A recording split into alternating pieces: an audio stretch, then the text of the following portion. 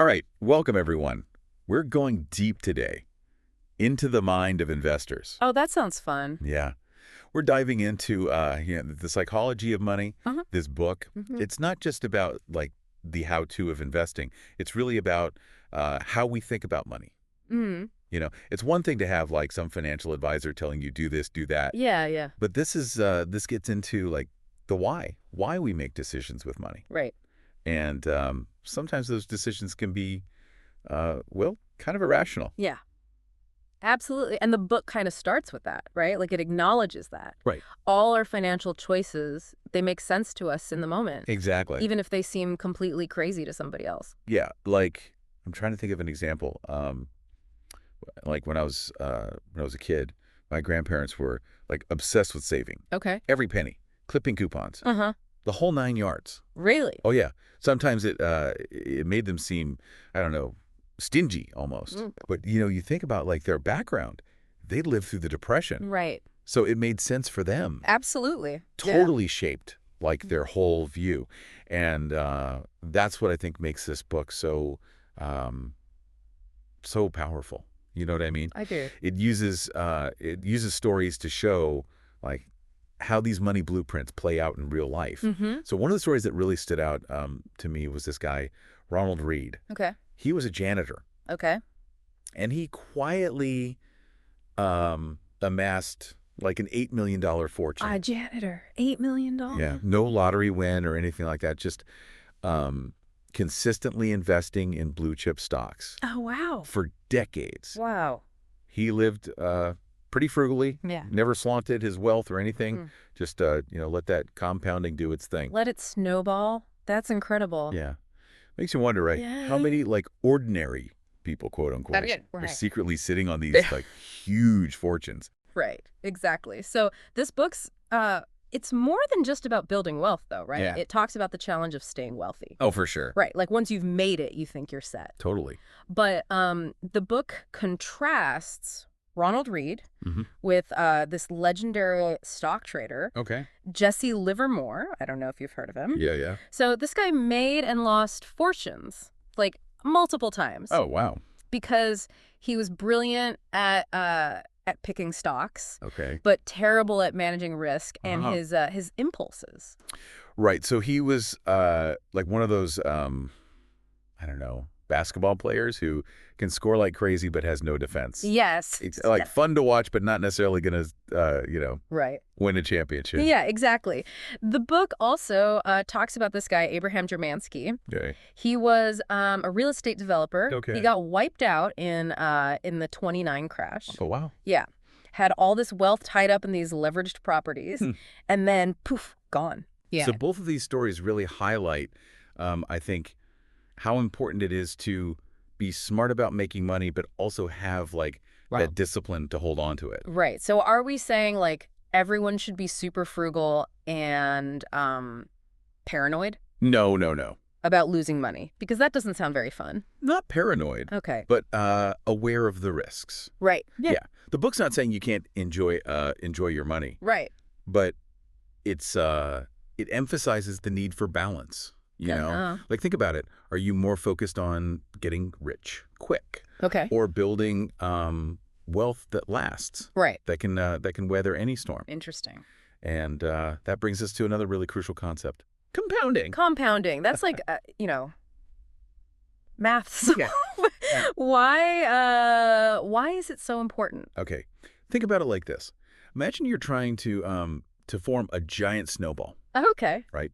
Like at first, each handful of snow you add, it's like PFT, doesn't seem like much. Right. But as the snowball rolls, it picks up more and more snow, and it grows exponentially. Right. Compounding's the same way. Even small amounts invested consistently can snowball into huge wealth over time. Okay, I'm starting to see how that could be powerful, but how long does it really take? That's what's crazy. Like the book points out Warren Buffett, Yeah. one of the richest dudes on the planet. Right? He accumulated 99.9% of his wealth after he turned 50. What?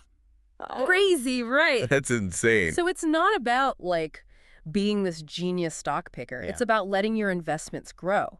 over decades. So basically, time is the secret ingredient. Exactly. It's fascinating. If you compare Buffett to someone like Jim Simons, Okay. this hedge fund manager known for huge, like, annual returns. Oh, yeah? So even though Simons consistently beats Buffett's gains every year, his overall net worth is way lower because he's been investing for a much shorter time. So it's that longevity. Yeah, exactly. That longevity lets that compounding work its magic. I'm starting to get FOMO thinking about how much money I could have made if I'd started earlier. I know, right? But, okay, let's be real. Even if we get compounding, it's still easy to fall into that trap of wanting more. More. Right. It never ends. Right. Like, when is enough enough? And that's another key psychological hurdle the book tackles. Okay. It tells this cautionary tale about this guy, Rajat Gupta, former CEO of McKinsey, had it all. Wealth, power, prestige. Okay. But he got caught up in insider trading. Oh, wow. Because he was never satisfied, always wanted more, even though he already had more than most people could ever dream of. It's like that saying, the more you have, the more you want. Yeah, exactly. It's like human nature to compare yourself to others. Always. Feel like you're falling behind. Yep. And that's where the psychology of money, I think, gets really insightful. It challenges us to define our own version of enough. Like, at what point do you say, okay, I have enough to, to live comfortably, pursue my goals, and feel secure? Right. It's different for everyone, but without that sense of contentment, we're just always chasing a moving target. Makes a lot of sense. It's easy to get caught up in keeping up with the Joneses. Oh, yeah. And that can lead to, Bad choices. yeah, bad financial decisions. But here's what I don't get.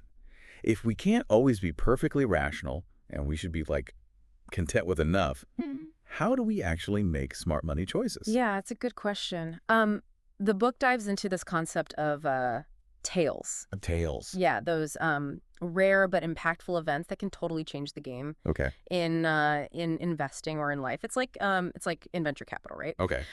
Where a tiny percentage of startups become these huge hits, but most of them fail. Right. So those outliers, those tails, are what drive the success of the whole portfolio. Okay, I'm following so far. But how does that apply to, like, regular people? Yeah. Like people who aren't investing in startups. Well, it's about understanding that a few key decisions, a few lucky breaks can have the huge impact on your financial outcomes.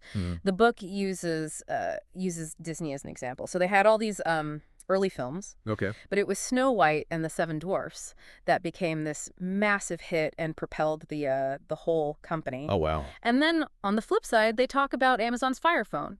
Total flop. Right. But it was totally overshadowed by the success of Amazon Web Services. So it's like you can make all these smart moves, but you need that one, like, big win.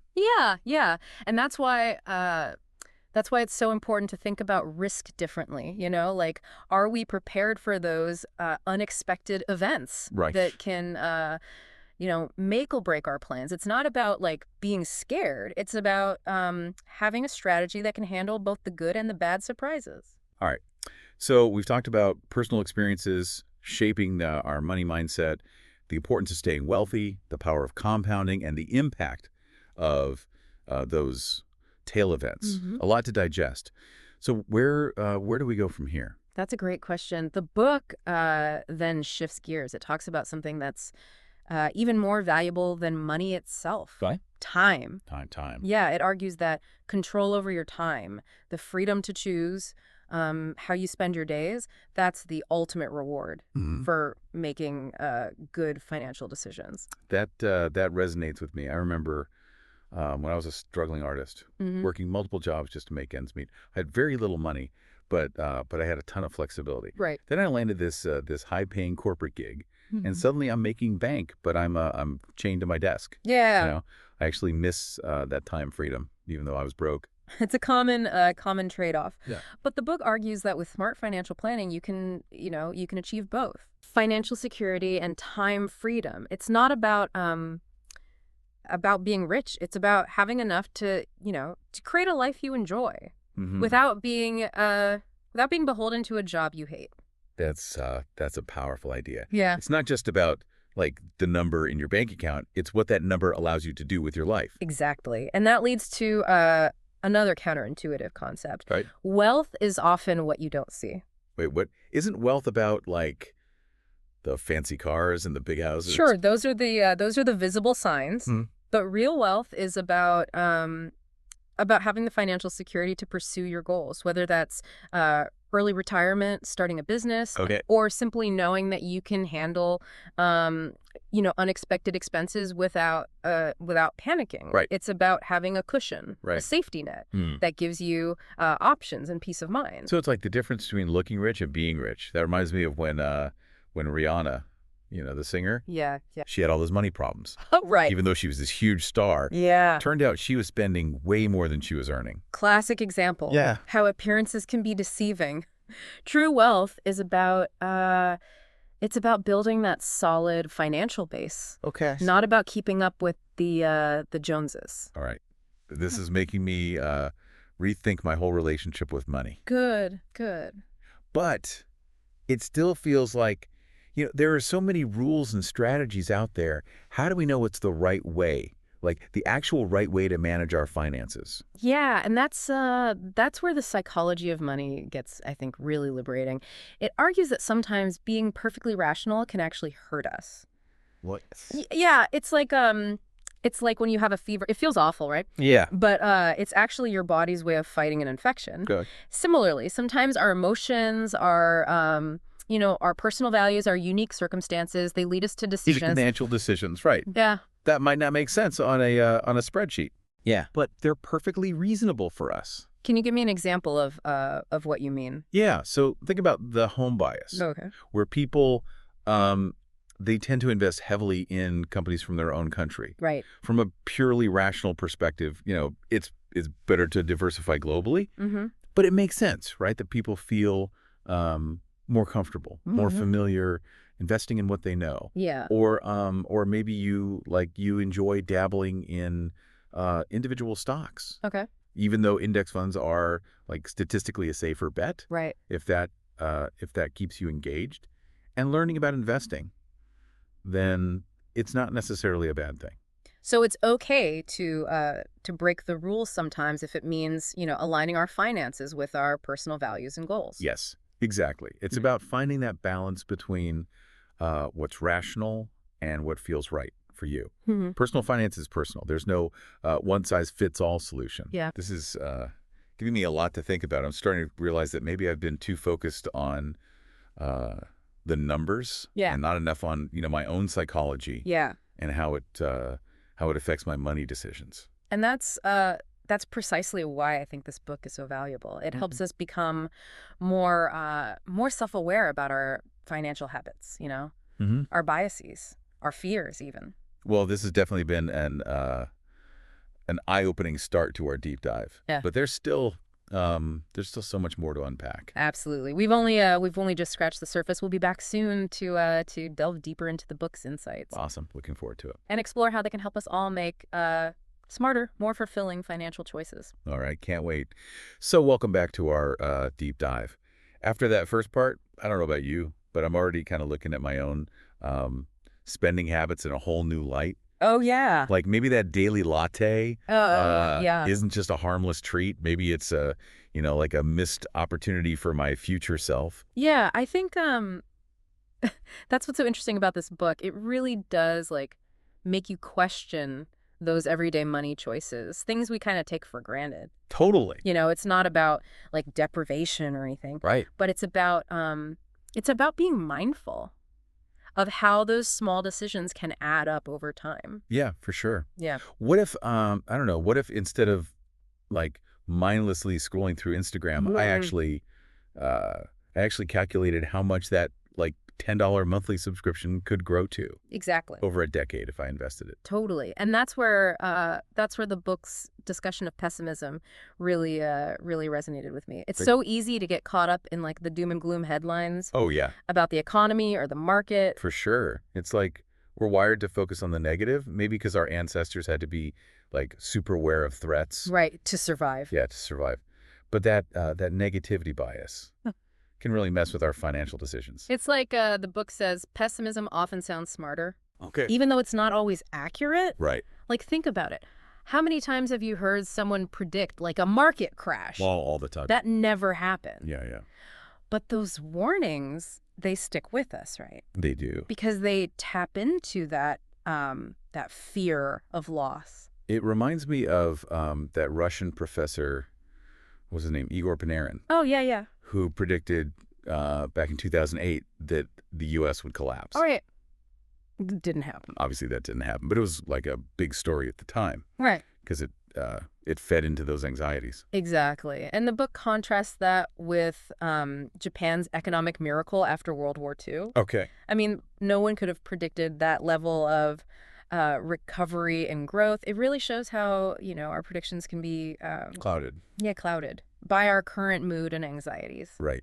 So how do we break free from this like pessimism trap, especially when it comes to our finances? Should we just like ignore all the bad news? No, I don't think it's about ignoring it, but being critical of it, for sure. Yeah. The book, it encourages us to question those doomsday narratives, look for the counterarguments, the signs of progress that are often overlooked. Right, finding that balance. Yeah, balance between being aware of the risks and not letting fear like paralyze us. That makes sense, and that leads to one of the most powerful concepts in the book, I think. Oh, yeah. What's that? The idea that that the world is driven by stories. Stories? I thought we were talking about money, not fairy tales. I know, right? But hear me out. The book argues that even in finance, narratives play a huge role in shaping our perceptions, and influencing our decisions. Interesting. So think about the Wright brothers inventing the airplane. Okay, yeah. At first, people dismissed it as like a crazy idea. Right. It took a tragic accident, actually. Yeah. The death of a pilot during a demonstration to capture the public's imagination and spark investment. So it wasn't just the technology itself. Right. It was the story. The story surrounding it. Yeah. That changed people's minds. Huh. That's really fascinating. And the book connects this to the 2008 financial crisis. Okay. So the actual economic damage was, significant, but it was the narrative shift, like the sudden loss of confidence in the system that triggered the massive downturn. Wow. So it's like if enough people believe a story, it can become a self-fulfilling prophecy. Exactly, whether it's true or not. Yeah. That's why it's so important to be aware of the stories we're telling ourselves. Yeah. About money, about the economy, about our own futures. Are they empowering us, or are they holding us back? That's a good question. So, okay, stories matter. Yeah. Well, what about those other big takeaways we discussed, like the enough concept, right, and how to deal with those unpredictable tail events? How do we actually like put those ideas into practice? Well, I think the book doesn't give like a step-by-step guide, which I appreciate, actually. Yeah. It's more about prompting us to ask ourselves the right questions. Like when it comes to enough, what does financial security really mean to you? Is it about having a certain net worth, or is it about having the freedom to pursue your passions without worrying about money? I think for me, it's about that feeling of freedom and flexibility. I don't need to be a billionaire, right? But I want to know I can make choices based on what I want to do, not just what I have to do to pay the bills. Right, and that's a perfect example of how personal this whole thing is. There's no right or wrong answer. Right. But once you define your enough, yeah, it makes it easier to make decisions that support that goal. What about those tail events? Right. Those unpredictable moments that can like throw everything off course. How can we prepare for, for something we can't even see coming? Yeah, it's not about predicting the future, right? It's about building resilience into your financial strategy. Yeah. Like having a buffer, a cushion that can absorb the unexpected. Maybe that's having an emergency fund, that covers 6 months of expenses. Or maybe it's investing a portion of your portfolio in less volatile assets. So it's about acknowledging that like stuff happens. Yeah. And having a plan B, even if we don't even if we don't know what Plan B needs to address yet. Exactly. It's that whole room for error concept the book talks about. Take Jesse Livermore, the stock trader we mentioned earlier. Brilliant guy, but he took on so much risk that one bad bet wiped him out. If he had some cushion, he might have survived those downturns. So it's not just about being smart with our money, but also about being humble enough to admit we don't know everything. Right. And to prepare for the unknown. Exactly. And that brings us back to that idea that wealth is often what you don't see. It's about having that financial security, that peace of mind that comes from, making those smart choices, being prepared for whatever life throws your way. This is giving me a lot to chew on. It's like we've been conditioned to focus on the wrong things. Yeah. The fancy cars, the big houses, yeah. those like outward signs of wealth. But what matters is building that solid foundation, even if it's not as flashy. Yeah. Flashy. That's the beauty of the psychology of money. It challenges those conventional notions of wealth and encourages us to, define success on our own terms. Right. We've covered a ton of ground here, from the power of personal experience to the seductive nature of pessimism. We have. What are some other key takeaways that really stood out to you? Well, I think the book's emphasis on contentment really resonated with me. It's so easy to get caught up in the comparison game. Always wanting more. Never feeling satisfied. But true financial well-being, I think, goes beyond just having money. Okay. It's about appreciating what you have and finding joy in the journey, not just the destination. It's like that saying, comparison is the thief of joy. Yeah. We're constantly bombarded with, images of perfect lives. Right. Extravagant lifestyles. Yeah. Makes us feel inadequate. Even if we're doing well financially. And that's where the story about Rajat Gupta is so powerful. Yeah. Here's a guy who had everything, yet he risked it all because he was chasing more and more and more. Yeah. I think it highlights the importance of finding that inner sense of contentment, regardless of your net worth. Yeah, exactly. I'm starting to see a common thread here. It's not just about the money itself. It's about our relationship with money. Understanding our own psychology, our motivations, our fears, and making choices that align with our values, not just some arbitrary definition of success. That's a great way to put it. The psychology of money isn't like a financial manual. It's a guide to self-discovery. It helps us, uncover our own money blueprints, question our assumptions, make more conscious choices. This has been an incredibly insightful conversation. I'm already looking at my own financial habits in a whole new light. That's great, and that's just the beginning. Okay, we've got even more to explore in the next part of our deep dive. Okay, where we'll delve into the author's personal experiences. Oh, cool! And the surprising lessons he's learned on his own financial journey. Awesome. Looking forward to it. All right. Welcome back to our deep dive into the psychology of money. Yeah. I'm still kind of processing everything we've talked about, especially that idea about contentment. Oh, yeah. Yeah. Like it's not tied to, some magic number in your bank account. It's a powerful concept, isn't it? It is. The book really challenges us to define what truly matters and then align our financial decisions with those values. Right. And that leads perfectly into what we're exploring in this final part, the author's personal experiences. Oh, cool. Yeah, I'm really curious about that. The book's done a great job explaining like all these concepts, but it's always helpful to see how someone actually lives them. Absolutely. And the author definitely doesn't shy away from sharing his own struggles and triumphs. Okay. He talks about his early days as an investment banking intern. Oh, wow. Pulling long hours for a fat paycheck, but feeling totally miserable. It really highlights that money can't buy happiness. Right. Especially if it comes at the cost of your time and well-being. I think a lot of people can relate to that feeling of, being trapped in this high-paying job. Oh, yeah. That's also like soul-crushing. Totally. It's like you're trading your life for a bigger paycheck. Right. Which is a dangerous bargain. It is. And the book emphasizes that, true wealth isn't about sacrificing your present for some some future promise of happiness. It's Right. about finding a balance, Yeah. between financial security and living a life that feels fulfilling now. Totally. That reminds me of when I was freelancing. Oh, yeah. Yeah, I had way more freedom and flexibility, even though I was making like way less than half of what I make now. Right. But looking back, I'm not sure it'd be the right trade-off. Yeah, it's a tough balance to strike, but that's why the author's insights into his own investment approach are so valuable. Yeah. He's a big advocate for long-term buy and hold investing, emphasizing the power of compounding. Right, makes sense.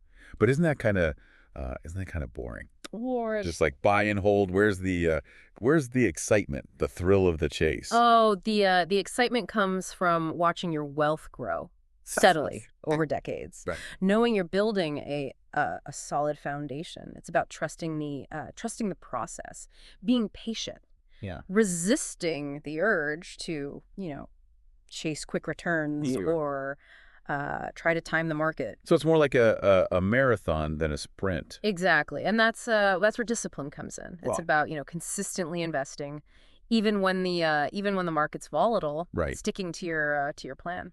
That's something I definitely struggle with. I get tempted to, jump in and out of investments Oh yeah, based on like the latest headlines, yeah. which I know is usually a recipe for disaster. The author talks about that too. He emphasizes the importance of diversification, Yeah. spreading your investments, across different asset classes to minimize risk Yeah. and capture the growth potential of different sectors. Makes sense. It's like that saying, don't put all your eggs in one basket. Exactly. And he doesn't just preach these principles. Okay. He shares specific examples from his own portfolio, Oh, wow. which I think makes it feel more real and relatable. That's cool. So we've heard about his investment philosophy, but what about his like overall approach to money? What are some key takeaways we can apply to our own lives? Well, one that really stuck with me was his emphasis on viewing wealth as what you don't see. It's not about the fancy car or the designer clothes. It's about having that financial cushion, that sense of security that allows you to pursue your goals without without constantly worrying about money. Right. It's like that feeling of having a safety net. Knowing you can handle unexpected expenses, Exactly. or even like take a career risk Yeah. without jeopardizing your financial well-being. Exactly. And it goes back to that idea of delayed gratification we talked about earlier. Right. True wealth isn't about instant gratification. Right. It's about making choices today Mm-hmm. that will benefit your future self. That reminds me of that study with the marshmallows and the kids. Oh yeah. Remember that? Where they gave kids a marshmallow and they said, if you wait, you get two. Yeah, yeah. And the kids who could resist eating the marshmallow right away, Right. they ended up being more successful later in life. It's a perfect analogy. Building wealth is about making those smart long-term choices, even if it means sacrificing some immediate pleasure. So it's about being mindful of our spending habits. Yeah. Prioritizing saving and investing. Resisting the urge to keep up with the Joneses. Absolutely. And the author also talks about the importance of, being prepared for those unexpected tail events Right. that can throw our plans off course. Yeah, that's something I definitely need to work on. I tend to like get complacent when things are going well. Yeah. And I forget that life can, throw those curveballs. Well, the author emphasizes the importance of building room for error into your strategy. Okay. Having a buffer that can absorb those unforeseen setbacks. It's not about being pessimistic. Right. It's about being realistic Okay. and prepared. So maybe like having a solid emergency fund. Yeah. Diversifying my investments. Yeah. Not overextending myself financially. Those are great examples. It's about having that cushion, that financial resilience Okay. to weather those inevitable storms. This is making me realize that there's so much more to personal finance than just picking stocks Right. or budgeting. It's about understanding ourselves, our motivations, and the stories we we tell ourselves about money. That's the heart of the psychology of money, isn't it? It's about recognizing that we're not always rational. Right. When it comes to money, our emotions, our biases, our past experiences, they all play a role. This deep dive has been a real eye-opener for me. I think I'm going to start looking at my own financial habits, Yeah. with a more critical eye, and start making choices that align with my values and my long-term goals. That's great to hear. Yeah. Remember, it's a journey, not a destination. Be patient with yourself, celebrate your successes, learn from your mistakes, and keep exploring this fascinating world of personal finance. This has been an incredibly insightful conversation. Thank you so much for joining us on this deep dive into the psychology of money. We hope you've gained some valuable insights and are inspired to think differently about your relationship with money. Until next time, happy investing and happy living.